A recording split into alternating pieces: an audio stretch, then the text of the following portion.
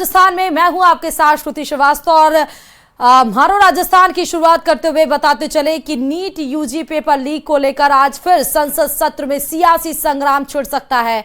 18वीं लोकसभा के पहले सत्र के दूसरे हफ्ते में एनडीए सरकार और विपक्ष के बीच बहस और तीखी नोकझोंक देखने को मिल सकती है। जी हां, आज से दोनों सदनों की बैठक फिर से शुरू होने वाली है और इसमें नीट पेपर लीक विवाद से लेकर अग्निपथ योजना और महंगाई जैसे मुद्दों पर चर्चा हो सकती है।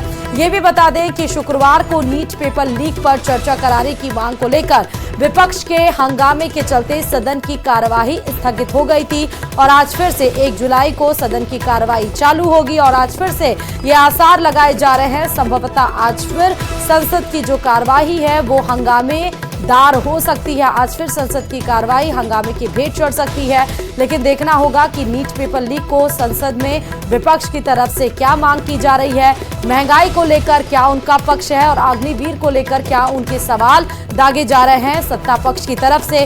फिलहाल कार्यवाही तो शांतिपूर्ण भी चलनी चाहिए, लेकिन अब देखना होगा कि क्या आज इस बात को सांसद लोग समझ पाते हैं या फिर नहीं। और संसद का सत्र इस बार काफी हंगामेदार चल रहा है। शुक्रवार को दोनों सदनों में पेपर लीक के मुद्दे पर जमकर हंगामा हुआ और सदन की कार्यवाही स्थगित करनी पड़ी।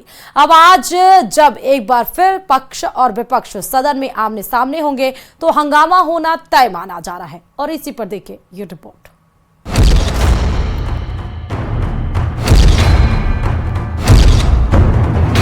स्टूडेंट्स की रिस्पेक्ट करने के लिए हम नीट पर डिस्कशन करें। सरकार जवाब देने के लिए तत्पर भी है। 7 साल में 70 बार पेपर लीक होता है। I do not. सदन नहीं चलाने देना ये संसदीय लोकतंत्र के लिए उचित नहीं है। सरकार किसी भी प्रकार की चर्चा के लिए तैयार है। पेपर लीक का मुद्दा जब संसद में उठा तो शोर सड़कों तक सुनाई दिया। राहुल गांधी की मांग का समर्थन कर पूरा विपक्ष हंगामा करने लगा। विपक्ष के हंगामे की वजह से शुक्रवार सुबह 11 बजे कार्रवाई शुरू होने के बाद 15 मिनट में ही सदन 12 बजे तक स्थगित कर दिया गया। हालांकि दोपहर 12 बजे कार्रवाई दोबारा शुरू होने पर विपक्ष अपनी मांग पर अड़ा रहा। इस दौरान संसदीय कार्य मंत्री किरण रिजिजू ने विपक्ष को आश्वासन दिया कि सरकार हर मुद्दे पर जवाब देने को तैयार है, लेकिन विपक्ष का हंगामा फिर भी जारी रहा।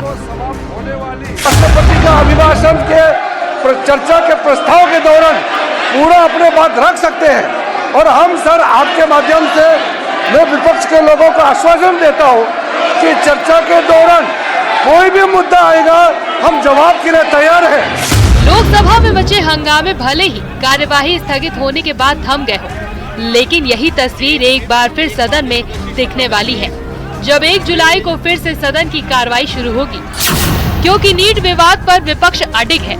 कल भी सदन में हंगामे के आसार हैं। 3 आपराधिक कानून पर बहस संभव है। कल से देश में लागू होंगे 3 नए कानून। दरअसल 3 आपराधिक कानून को लेकर विपक्ष पहले से लामबंद है। यहाँ तक कि विपक्ष की तरफ से इसका विरोध भी हो चुका है। ऐसे में माना जा रहा है कि कल सदन में इसको लेकर पक्ष और विपक्ष आमने सामने हो सकते हैं। सदन का विरोध और सड़क के विरोध में अंतर होना चाहिए। आप सदन में अपनी बात को कहिए, राष्ट्रपति अभिभाषण में पूरे मुद्दे पर कहिए।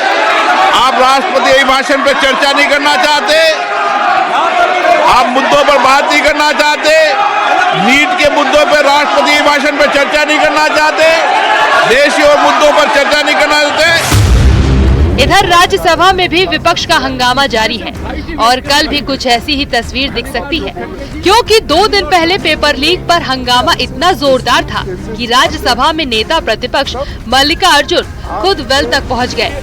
राज्यसभा में विपक्ष के हंगामे से सभापति जगदीप धनखड़ नाराज हो गए और संसदीय इतिहास का सबसे दागी दिन बताया। आज का दिन भारतीय संसद के इतिहास में इतना दागी हो गया है कि प्रतिपक्ष के नेता स्वयं वेल में आए हैं। ऐसा कभी नहीं हुआ है। मैं पीड़ित हूं, मैं अचंभित हूं।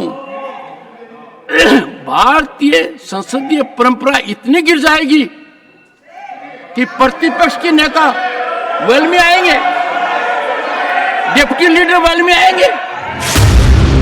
संसद में जारी जोरदार टकराव पर एक बात तो साफ है कि 18वीं लोकसभा में भी सत्ता पक्ष और विपक्ष में 36 का आंकड़ा है, क्योंकि पिछले 5 दिनों में सदन में जो तस्वीरें सामने आई वो पिछले 10 साल से बिल्कुल अलग हैं और आने वाले 2 दिनों में और भी अलग रहने वाली हैं, क्योंकि 2 जुलाई को पीएम मोदी भी लोकसभा को संबोधित कर सकते हैं। Bureau report, news 18।